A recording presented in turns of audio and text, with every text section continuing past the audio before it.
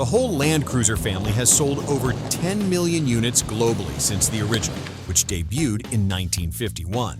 And over the years, it's split into three distinct branches. First, you have the station wagon, which gave us the massive 200 and 300 series models.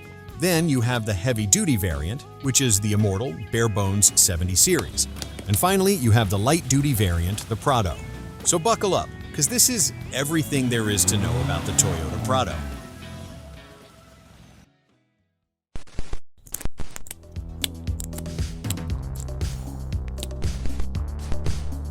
Man, if you want to understand why every suburban driveway has an SUV in it today, you have to look back at 1990. That was the year Toyota basically realized that while farmers loved their tractors, families wanted something they could actually live with. So they took the rugged 70 series wagon, gave it a massive makeover, and finally slapped the Prado badge on it. This was the exact moment the Land Cruiser started its climb towards becoming a luxury icon. It's funny looking at the specs now, though, because by modern standards, this thing is actually tiny. Even though it felt like a tank back then, it's surprisingly compact compared to what we drive today. Now, I've got to be honest about what was under the hood because the performance was, let's call it, leisurely. At launch, you had the 2.4-liter 2LTE turbo diesel. Trying to move 2 tons of steel with just 97 horses was a genuine struggle. And we're talking 0 to 60 times in the 18-second range. You were barely outrunning a brisk jogger. Thankfully, Toyota listened and dropped the legendary 3-liter 1KZTE in '93. That 130 horsepower bump gave it the low-end grunt it desperately needed to actually merge onto a highway without a prayer.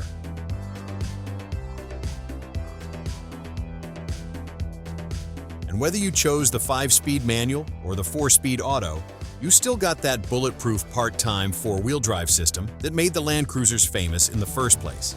People in Japan and Australia especially absolutely lost their minds for it. It was cheaper than the massive 80 series, but just as indestructible. Even die-hard Hilux owners started jumping ship because it also offered that last forever reliability, but with actual comfort that didn't feel like a total afterthought. That's really where the legend started.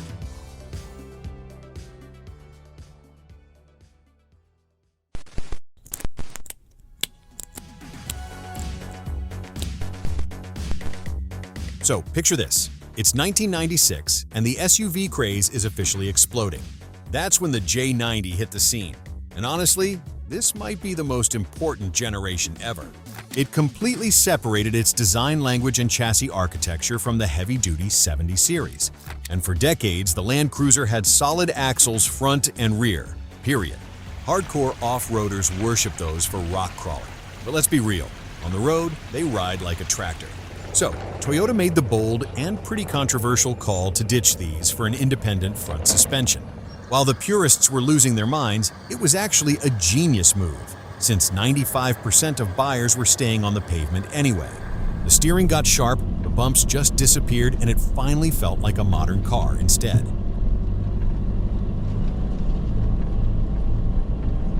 But the real star was under the hood.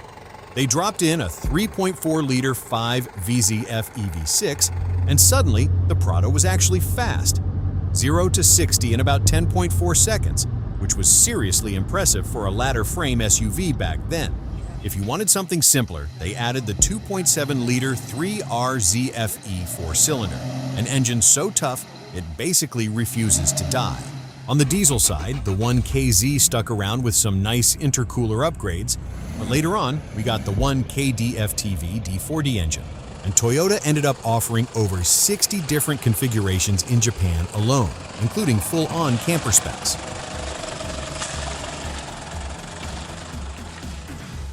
This was also the peak of that legendary rivalry with the Mitsubishi Pajero. The Pajero had all that Dakar Rally Street cred, but the Prado fought back with its smooth V6 and their last-forever reputation. It was a brutal sales war, but looking back at which ones are still on the road today, I think we know who won the long game.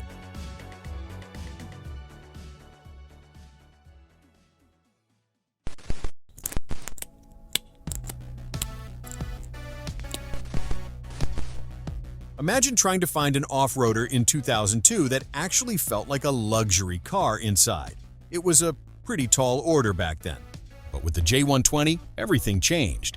Many look back at this as the absolute golden era for the model. Toyota went all in, obsessing over structural rigidity while packing the cabin with high-end tech and comfort. It was so refined and quiet, in fact, that they used this exact platform to launch the Lexus GX 470 in America.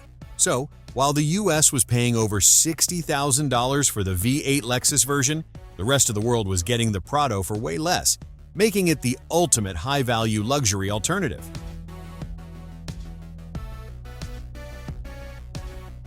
During this era, the rivalry with the Pajero was at a total boiling point. Mitsubishi went with a car-like unibody and fully independent suspension, which meant it handled better on the pavement and could tow a bit more. But once you got off-road, the Prado's solid rear axle gave it way better articulation in the rough stuff. Plus, it was just so much quieter inside. In the end, the market spoke loud and clear. It absolutely crushed the Pajero in sales, often moving 3 times as many units. It just proved to be the better all-rounder for most people.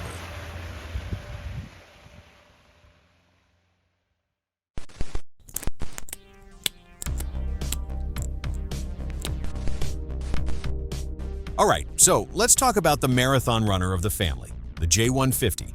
This thing is an absolute beast of endurance, sticking around for a staggering 14 years after it first dropped in 2009. They basically re-engineered it from the dirt up to make off-roading idiot-proof. The real magic trick here is the Kinetic Dynamic Suspension System, or KDSS.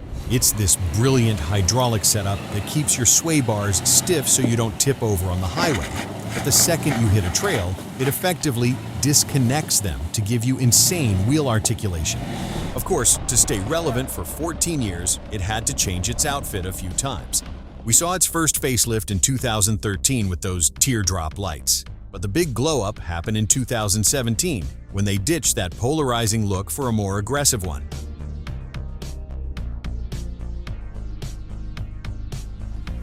Now, we have to talk about the elephant in the room, the DPF disaster. In 2015, they brought in the 2.8-liter 1G DFTV diesel.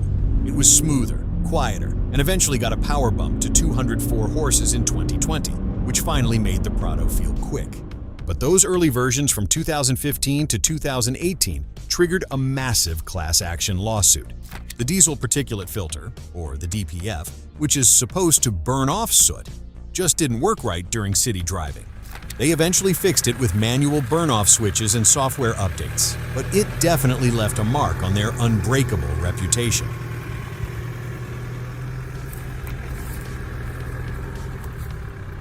By the end of its run, the Prado was really getting squeezed by newer rivals like the Ford Everest and Isuzu.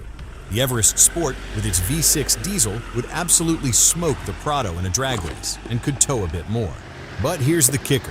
Even though the Prado was older, slower, and pricier, it still dominated the market. Why? Because it all comes down to its insane resale value. An Everest might lose half its value in 5 years, while a Prado just sits there holding on to 70% of its original price. It's basically a savings account on wheels with a snorkel.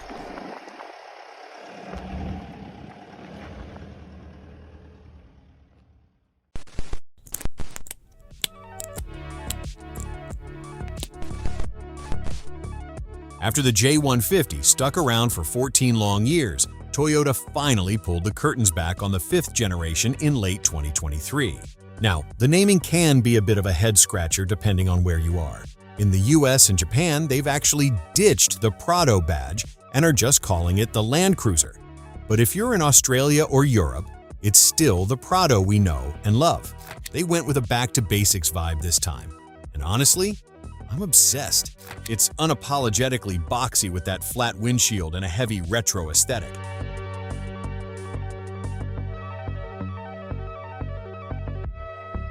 Beneath that vintage skin is the TNG AF platform, which is the exact same ultra-tough ladder frame chassis they use for the massive 300 series Land Cruiser. This shift makes the whole rig way stiffer, which means better handling on the pavement and way more durability. They've also swapped out the old hydraulic steering for electric power steering.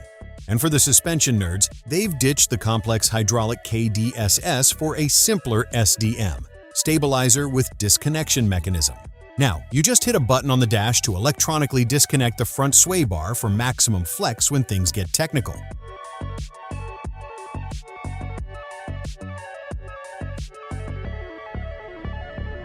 Now, we've got to talk about the big change, hybrids. If you're in North America, you get the iForce Max, a 2.4-liter turbo petrol hybrid. It'll do 0 to 60 in under 8 seconds, but the trade-off is that the fuel tank is a bit tiny at 67 liters, and it's definitely going to be thirstier than the diesel. Speaking of diesel, if you're in Australia or Europe, Toyota stuck with the 2.8-liter 1G DFTV but gave it a 48-volt mild hybrid system. The electric motor doesn't actually drive the wheels, but it helps with that initial takeoff from a red light. But here's the best part for the long haulers. The diesel version keeps a massive 110-liter fuel tank and finally bumps the towing capacity to almost 8,000 pounds. That's the gold standard for this class, so the Prado has officially caught up to its rivals.